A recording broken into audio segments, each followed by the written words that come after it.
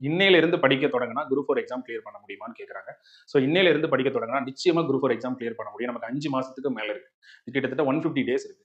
Per day வந்து 10 hours படிச்சாலும் 1500 hours prepare பண்ணலாம். உண்மைக்கு சொல்ல போனா குரூப் 4 சிலபஸை கவர் பண்ண ஒரு நல்லா படிக்கிற ஸ்டூடெண்ட்டுக்கு 1000 மணி நேரமும், ஒரு ஆவரேஜா படிக்கிற ஸ்டூடெண்ட்டுக்கு 1200 மணி நேரமும், சுமாரா படிக்கிற ஸ்டூடெண்ட்டுக்கு 1400 மணி நேரமும் வேணும். 150 நாள் இருக்கு. 150 நாள் பர் டே 10 ஹவர்ஸ் நீங்க ப்ரிப்பேர் பண்ணீங்கன்னா, அதாவது எப்படி படிக்கணும்னு வழிமுறை தெரிஞ்சு, ஸ்ட்ராட்டஜியை கரெக்டா ஃபாலோ பண்ணி, கன்சிஸ்டன்சியா ப்ரிப்பேர் பண்ணி, ரிவிஷனையும் டெஸ்ட்டையும் பேரலா நீங்க எடுத்துட்டு போய் ப்ரிப்பேர் பண்ணீங்கன்னா, ஏன்னா நிறைய பேர் நல்லா ஹார்ட் ஒர்க் பண்ணிடுவாங்க, நான் ரிவிஷன் பண்ண மாட்டாங்க, டெஸ்ட் எழுத மாட்டாங்க. இது ரெண்டையும் நீங்க ரீட் பண்ணணும், அண்டர்ஸ்டாண்ட் பண்ணணும், திங்க் பண்ணணும், ரிவிஷன் பண்ணணும், டெஸ்ட் எழுதணும். ஸோ டைம் மேனேஜ்மெண்ட் ஃபாலோ பண்ற மாதிரி ஃபுல் டெஸ்ட்டும் கடைசி எக்ஸாம் முன்னாடி எழுதி பார்த்துட்டு போகணும். ஸோ இது நீங்க கரெக்டா பண்ணீங்கன்னா தாராளமா குரூப் 4க்கு கவர் பண்ணிடலாம். ஆனா ஹவர்ஸ் கம்மியானா நிச்சயமா கொஞ்சம் டேஞ்சர் தான். நான் சொல்றது 0ல இருந்து படிக்க ஆரம்பிச்சவங்களுக்கு. நீங்க ஆல்ரெடி நிறைய எஃபோர்ட் போட்டிருந்தீங்கன்னா இதோட கம்மியான நேரம் கன்சிஸ்டன்ஸா படிச்சா கூட போதும். கலைச்சொற்கள் பள்ளிக்கூடத்துல இருக்கிறது படிங்க போதுமானது. வெளியில போய் தேடி தேடிலாம் படிக்காதீங்க. ஒருவேளை 2 கொஸ்டின் எங்கேயா இருந்து கேட்டா அது ஏதாவது ஒரு புக்ல இருக்க தான் செய்யும். ஒவ்வொரு தடையும் அவன் கேட்கிற புக்ல இருந்து தேடி தேடிலாம் படிக்க முடியாது. உங்களுக்கு நீங்க இந்த சமூகத்துல என்ன அப்சர்வ் பண்ணீங்களோ அந்த கலைச்சொற்களுக்கு நீங்க ஆன்சர் பண்ணுங்க. சரியா? இனிமே ஆரம்பிச்சா தாராளமா டிஎன்பிஎஸ்சி கிளியர் பண்ண முடியும். ஏங்க உங்களுக்கு ஒண்ணு தெரியுமா? ஒருத்தர் ரொம்ப நாளா படிக்கிறான். 90% கவர் பண்ணிட்டான். ஆனா அவன் அந்த 10% அடைய முடியாதுன்னு பின்வாங்குற அதே நேரத்துல 0%ல ஸ்டார்ட் பண்ற ஒருத்தன் வரான். என்னால முடியும்னு. பாருங்களேன் எவ்வளவு கான்ட்ராவா இருக்குன்னு. 0%ல வரவன் இன்னும் 100% அடையணும். ஆனா அவன் இருக்கிற நம்பிக்கை 90% கவர் பண்ணவன் தொடர்ந்து தோல்விகளை சந்திச்சு சந்திச்சு சந்திச்சு என்னால முடியாதுன்னு அவன் நினைச்சிருக்கான். அதனால நல்லா தெரிஞ்சுக்கோங்க, இந்த 90% வரதுக்கு நம்ம என்ன கஷ்டப்பட்டோம். ஒரு கிணற முழுசா தாண்டினா மட்டும்தான் உயிர் பிழைக்க முடியும். நீங்க 10%ல இருந்து 90% எவ்வளவு தாண்டி இருந்தாலும் உள்ளதான் விடணும். அதை மட்டும் மனசுல வச்சுட்டு அடுத்த தடவை அட்டம்ப்ட் இன்னும் வேகமா, இன்னும் ஃபோர்ஸா, இன்னும் ஆழமா கொடுப்போம். நம்மளால முடியலன்னா வேற யாரால. குரூப் 1 எக்ஸாமுக்கு பயமா இருக்கு, ரொம்ப ஷார்ட் பீரியடா இருக்குன்னு சொல்லி இதுக்கு ஒரு மோட்டிவேஷன் கொடுங்கன்னு சொல்றாங்க. நல்லா தெரிஞ்சுக்கோங்க, இந்த நிலையும் நம்ம கடந்து தான் ஆகணும். சரியா? இந்த ப்ரெஷரையே நம்ம தாங்க முடியல, இதுக்கே நம்மளால ஒரு பிளான் பண்ண முடியல, இதுக்கே நம்மளால திட்டமிட முடியல அப்படின்னா நம்ம எப்படி ஒரு தலைவனாக முடியும்? ஒரு மாவட்டத்தை நிர்வகிக்கக்கூடிய ஒரு பொறுப்புக்கு நாளைக்கு நம்ம வரப்போறோம். எத்தனை பிரச்சனைகளை எதிர்கொள்ளணும். அதனால இதை வந்து சேலஞ்சுன்னு எடுத்துக்கோங்க. நிச்சயமா சேஞ்சஸ் இருக்கும். எந்த ஒரு கஷ்டமான வழியும் செய்ய ஒரு ஈஸியான வழி இருக்கும். அந்த கஷ்டமான வேலையை செய்யற அந்த ஈஸியான வழியை கண்டுபிடிங்க. அதுதான் புத்திசாலித்தனம். அதை விட்டுட்டு நம்ம பிரச்சனையை கண்டு ஓட வேண்டாம். எப்படியும் இந்த எக்ஸாம் எழுத தான் போறோம்னா இதுல சக்சஸ் பண்ண என்ன வழின்னு டைம் டேபிள் போடுங்க. இங்க ப்ராப்ளம் என்னன்னா போட்ட டைம் டேபிளை மறுநாள் ஃபாலோ பண்ணாததால ஏற்படக்கூடிய டிமோட்டிவேஷன் தான். உண்மையிலேயே உங்களுடைய பலம் பலவீனம் தெரிஞ்சு டைம் டேபிள் போட்டீங்கன்னா உங்களுக்கு டிமோட்டிவேஷனே வராது. ஒரு 50% டைம் டேபிள் போட்டு படிங்க, 50% உங்க ஸ்டைல்ல படிங்க. அடுத்த வருஷம் குரூப் 1க்கு இப்பவே ப்ரிப்பேர் பண்ணீங்கன்னா மேக்ஸ் முடிச்சு வைங்க, பொலிட்டிக்கல் சயின்ஸ் முடிச்சு வைங்க, டெய்லி நியூஸ் பேப்பர் படிங்க. அதாவது நோட்ஸ் எடுக்காம அண்டர்ஸ்டாண்ட் பண்ணி வாசிங்க. சரியா? ஹிஸ்டரி எல்லாம் என்னைக்கு மாறாது, பாலிட்டி மாறாது, அதெல்லாம் முன்னாடியே படிச்சு வைங்க. அட்லீஸ்ட் இந்த இயர்ல வரக்கூடிய குரூப் 2 தேர்வு இருக்குல்ல, அதுக்கு ஒரு ஒரு 2 படம் படிங்க. குரூப் 4க்கு ஒரு 2 படம் படிங்க. அடுத்த வருஷம் வரும்போது ஃபுல்லா நம்ம டெஸ்ட் பிராக்டிஸ் பண்ணி எக்ஸாம் கிளியர் பண்ணிடலாம். பிளஸ் வந்து கொஞ்சம் எழுதுறதுல ஆர்வம் காட்டுங்க குரூப் 1. வேலைக்கு போயிட்டே படிக்கிறவங்களுக்கு எப்பெல்லாம் நேரம் கிடைக்குதோ அப்பெல்லாம் ப்ரிப்பேர் பண்ணுங்க. உங்களுக்குன்னு ஒரு நேரம் கிடையாது. ஸோ கம்பன் பேட்சோட டெஸ்ட் எக்ஸ்பிளனேஷன் கொடுக்க சொல்லிடுறேன். தேர்வு சார்பு ஆய்வாளர் தேர்வுக்கு நிச்சயமா என்ன ஆனாலும் 6 மந்த் ஆகும். அந்த 6 மந்த்ல நீங்க ஆக்கப்பூர்வமா குரூப் 1 தேர்வு, குரூப் 2 தேர்வு, குரூப் 4 தேர்வுக்கு ஒரு 2 சப்ஜெக்டா படிச்சு கவர் பண்ணி வச்சீங்க அப்படின்னா, ஸோ நாளைக்கு எஸ்ஏ எக்ஸாம்ல கொஸ்டின் மிஸ் பண்ணாம நம்ம ஆன்சர் பண்ண முடியும். ஸோ மோரோவர் நமக்கு ஒரு சேஃப்டிக்கு இன்னொரு தேர்வும் பாஸ் பண்ணவும் முடியும். சரியா? படிக்கும்போது தூக்கம் வந்தால் என்ன பண்றது அப்படின்னு கேட்குறாங்க. ஒன்று உண்மையிலேயே அன்னைக்கு ஃபுல் டே நீங்க ஒர்க் அவுட் பண்ணியிருந்தீங்கன்னா, டயர்டா இருந்தீங்கன்னா அதனால வரக்கூடிய தூக்கத்தை நீங்க அக்செப்ட் பண்ணிக்கோங்க. சரியா? அந்த தூக்கத்தை மீறி படிச்சா நிச்சயமா நம்ம மைண்ட்ல ஏறப்போறது இல்லை. அது இல்லாம நல்லா தூங்கிட்டு கூட நமக்கு மறுபடியும் தூக்கம் வருது அப்படின்னா அந்த தூக்கத்தை அவாய்ட் பண்றதுக்கான முயற்சிகளை நீங்க எடுங்க. சரியா? ஸோ பெரும்பாலும் பொறுப்பை உணர்ந்தவருக்கு அவ்வளவு சீக்கிரத்துல தூக்கம் வராது. பசி வயித்துல இருந்தா தூக்கம் வராது. அதாவது நம்ம ஏன் படிக்கிறோம், எதுக்கு படிக்கிறோங்கிறத ஆழமான சப்கான்சியஸ் மைண்டுக்கு சொல்லி வரணும், சொல்லி வச்சிடணும். அப்படி சொல்லி வச்சாதான் நமக்கு வந்து சோர்வு வராது. சரியா? ஏன்னா பொழப்பு கேட்டு போயிடும். இப்ப அம்மா காலையில சோர்ந்து சோர்ந்து தூங்கிட்டா புள்ள பட்டினியா போயிடுவேன்னு காலையில சொல்லி வச்சிருவான் நைட்டு தூங்கும்போது. ஐயோ காலை சீக்கிரம் எந்திரிக்கணும், எந்திரிச்சு என் பிள்ளைக்கு இப்படி சமைச்சு கொடுக்கணும், இல்லைன்னா ஸ்கூலுக்கு பட்டினியா போயிடுவான்னு நினைச்சிட்டு அந்த அம்மா படுக்க போய் தான் அந்த பொறுப்பு காலையில அலாரம் வைக்காமலே எந்திரிக்க வைக்குது. அதே போலதான் நீங்களும் இந்த போட்டித் தேர்வுல ஜெயிக்கிறது எவ்வளவு அவசியம்னு உங்க கான்சியஸ் மைண்டுக்கு சொல்லி வைங்க. இது எவ்வளவு பெரிய பொறுப்பு. நம்மளை நம்பியிருக்க எல்லாருக்கும் நம்ம பட்ட நன்றி கடனை தீர்க்கிறதுக்கானது. கஷ்டப்பட்டு உழைச்சு படிக்க வச்சிருக்காங்க, வளர்த்துருக்காங்க, அவங்களுக்கு நன்றி கடன் செலுத்தணும். சமூகத்துக்கு நம்ம நிறைய பண்ண வேண்டியது இருக்கு. கான்சியஸ் மைண்ட்ல எடுத்துட்டு போயிடுங்க. மடியை மடியா ஒழுகல், குடியை குடியாக வேண்டுபவர்னு வள்ளுவர் தான் சொல்லுவார். குடும்பத்தை குடும்பம்னு நினைக்கிறவன் சோம்பலை சோம்பல் நினைச்சிட்டு அவாய்ட் பண்ணுவான். குடும்பத்தை குடும்பம்னு முதல்ல நினைக்கணும். போல என்னுடைய இலக்கை நீ இலக்குன்னு நினைக்கணும். அந்த இலக்கால் அடையக்கூடிய நன்மைகள் என்னங்கிறத நீ முதல்ல உங்களுடைய கான்சியஸ் மைண்ட் அதை சொல்லி வைக்கிறதுல ஏதோ குறைவு இருக்கு அப்படின்னா அப்படிலாம் அது வருமா அப்படி தூக்கம். அப்படின்னு மனசுல மட்டும் நினைச்சு என்ன தூக்கம் வருது பாத்துக்கலாம், அதுவா நானானு பாத்துக்கிறேன் அப்படிங்கிற மாதிரி கங்கணம் கட்டிக்கிட்டு உன் சோர்வை நீ அகற்றணும். எல்லாருக்குமே வாழ்க்கையில உயரணும்னு என்ன இருக்கு? ஆனா இந்த சோம்பல், மறதி, காலம் தாழ்த்துதல், அலட்சியம் இதுதான் உங்களுக்கு எடுக்குது. இதுல இருந்து யார் வந்து வெளியில வரானோ அவன் நிச்சயமா சக்சஸ்.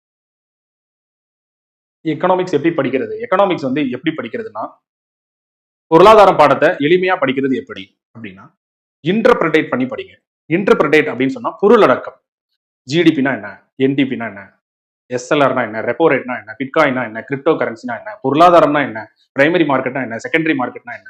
இந்த என்ன டைரக்ட் டாக்ஸ்னா என்ன? இன்டைரக்ட் டாக்ஸ்னா என்ன? இந்த என்னன்னு சொல்லிட்டு எக்கனாமிக்ஸ்ல ஒரு 200 300 கலை சொற்கள் இருக்கும். இந்த கலை சொற்களுக்கு உண்மையான மீனிங் நீங்க அண்டர்ஸ்டாண்ட் பண்ணிட்டீங்கன்னா எக்கனாமிக்ஸ்ல ஒண்ணுமே இல்லை. இது அண்டர்ஸ்டாண்ட் பண்ணாம ப்ரிப்பேர் பண்றாங்க. மியூச்சுவல் ஃபண்ட்னா என்னன்னு தெரியாது. வேற அது தொடர்பான நடப்பு நிகழ்வுகளை நீங்க எப்படி அண்டர்ஸ்டாண்ட் பண்ணணும்? அதனால முதல் வேலை இன்னைக்கு இருக்கு, சாட் ஜிபிடி இருக்கு, ஜெமினி இருக்கு. அதுல முதல்ல இந்த கலை சொற்களை போட்டு அதோட மீனிங்கை உங்களுக்கு ஏற்ற மாதிரி நீங்க தயவு செஞ்சு அண்டர்ஸ்டாண்ட் பண்ணிக்கணும். சரி, அண்டர்ஸ்டாண்ட் பண்ணிட்டீங்கன்னா எக்கனாமிக்ஸ் ஒரு மேட்டர் கிடையாது. இப்படிதான் எக்கனாமிக்ஸ் இன்டர்பிரேட் பண்ணி படிக்கணும். முதல் வேலை அதுதான். எந்த ஒரு டேர்மும் எக்கனாமிக்ஸ்ல நமக்கு தெரியாம இருக்கும். இந்த டேர்முக்கான மீனிங்கை எளிமையா நீங்க புரிஞ்சுக்கிட்டீங்கன்னா எக்கனாமிக்ஸ் அவ்வளவு.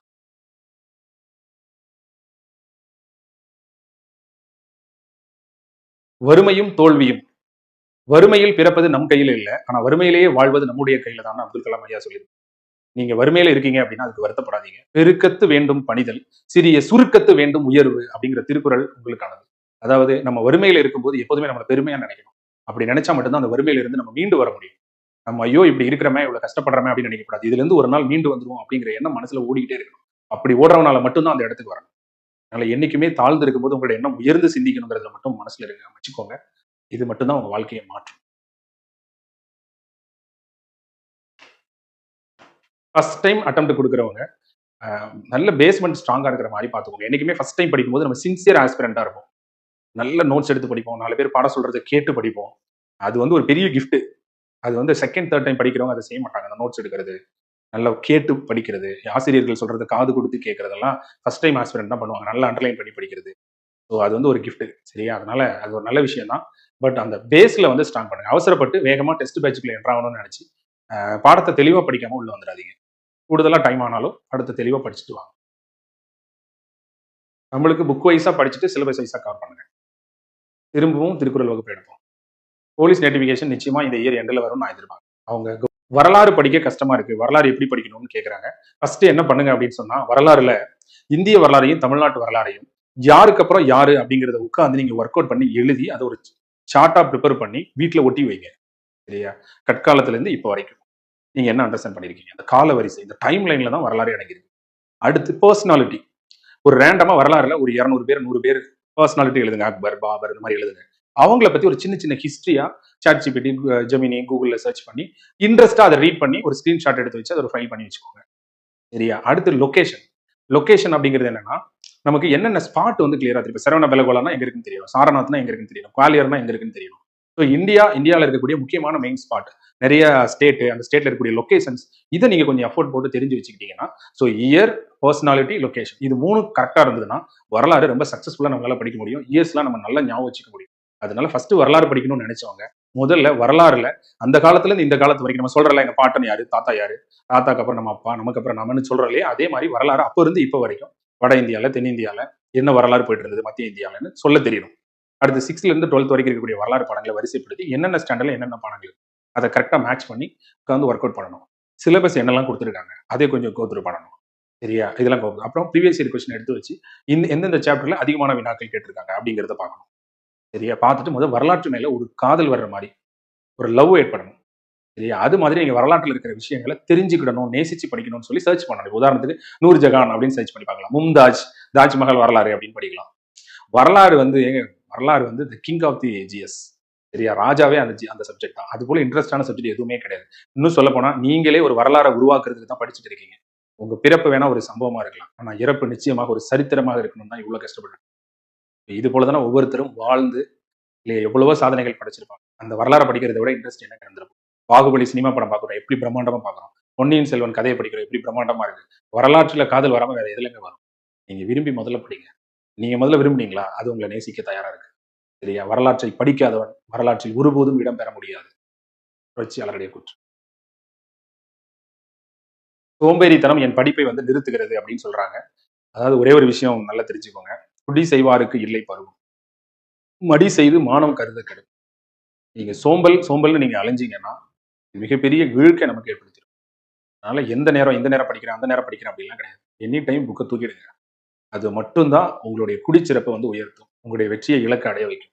அது இல்லாம நம்ம மடிமடின்னு நம்ம போனோம்னா, மடிமடி கொண்டொழுகும் பேதை பிறந்த குடிமடியும் தன்னினும் உண்டு. இந்த குறளுடைய மீனிங் தெரிஞ்சா நிச்சயமா உனக்கு சோம்பலே வராது. இது மைண்ட்ல ஓடிக்கிட்டே இருக்கும். இந்த குறளோட மீனிங்கை மட்டும் ஒரு தடவை தேடி மட்டும் பாரு. மடிமடி கொண்டொழுகும் பேதை பிறந்த குடிமடியும் தன்னினும் உண்டு. இந்த குறளை மட்டும் சோம்பல் இருக்கிற ஒருத்தன் ஒரு நாளைக்கு 10 தடவை நினைச்சான்னா நிச்சயமா அவனுக்கு சோம்பலே போயிடும். அந்த அளவுக்கு ஒரு சிறப்பான திருக்குறள் இந்த திருக்குறள். அதனால உங்களை நம்பி நிறைய பேர் இருக்காங்க. நீங்க சோம்பல்னு அலைஞ்சீங்கன்னா என்ன ஆகும் அப்படிங்கிறது இந்த குறள். இந்த குறளை எல்லாரும் பின்பற்றி சோம்பல்ல இருந்து வெளியில வர ட்ரை பண்ணுங்க. எல்லாமே எண்ணம் தான். எண்ணம் போல் தான் வாழ்க்கை. உங்களுடைய எண்ணம் சுறுசுறுப்பா இருந்தா ஒரு காரியத்தை உன்னால அடைய முடியுது. உங்களுடைய எண்ணம் சோம்பலா இருந்தா ஒரு காரியத்துல நம்ம தோக்குறோம். அதனால சுறுசுறுப்பாக எண்ணங்களை வச்சுக்கிறது தான் மிகப்பெரிய கிஃப்ட். அதுக்கு எந்த நடவடிக்கைனாலும் நம்ம எடுத்து